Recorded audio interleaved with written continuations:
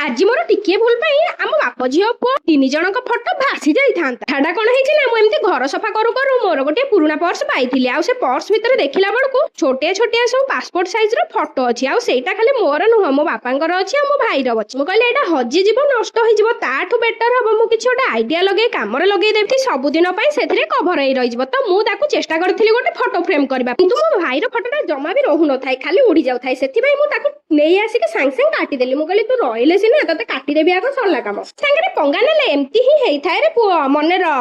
ତାପରେ ମୁଁ ମୋର ଆରମ୍ଭ କରିଦେଇଥିଲି କାରୁକାର୍ଯ୍ୟ। ଆଉ ସେ କାରୁକାର୍ଯ୍ୟ କରିଲା ବେଳେ ମୋର ଗୋଟେ ଭୁଲ ହେଇଯାଇଥିଲା, ଯୋଉ ଭୁଲ ପାଇଁକା ଆମର 3 ଜଣଙ୍କ ଫଟୋ ପାଣିରେ ଭାସି ଯାଇଥାନ୍ତା। ଫାଷ୍ଟ ମୁଁ ହ୍ୱାଇଟ କଲର ସହିତ ଅଳ୍ପ କିଛି ଗ୍ଲିଟର ମିଶେଇଥିଲି, ଯୋଉଟା କି ଭଲ ସାଇନି ଲୁକ୍ ଦବ ବୋଲି। ତାପରେ ମୁଁ ଗୋଟେ ସ୍କାଏ କଲର ଆଡ କରିଥିଲି, କାହିଁକି ନା ସ୍କାଏ କଲର ରେ ଟିକେ ଭଲସେ ଫଟୋଟା ଭିଜିବୁଲ ହବ ଆଉ ଭଲ ଲୁକ୍ ରେ ବି ଦେଖାଯିବ ବୋଲି।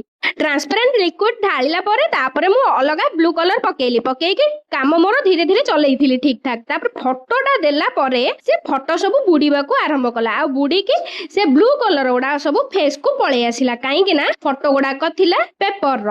ସୋ ଯେନେ ତେନେ ପ୍ରକାରରେ ମୁଁ ତାକୁ ସବୁ ଡେକୋରେଟ କରିକି ଶୁଖେଇ ଦେଇଥିଲି। ନେକ୍ସଟ ଭିଡିଓରେ ଦେଖିବେ ମୁଁ ସେ ଫଟୋ ଫ୍ରେମ ଟାକୁ କେତେ ସୁନ୍ଦର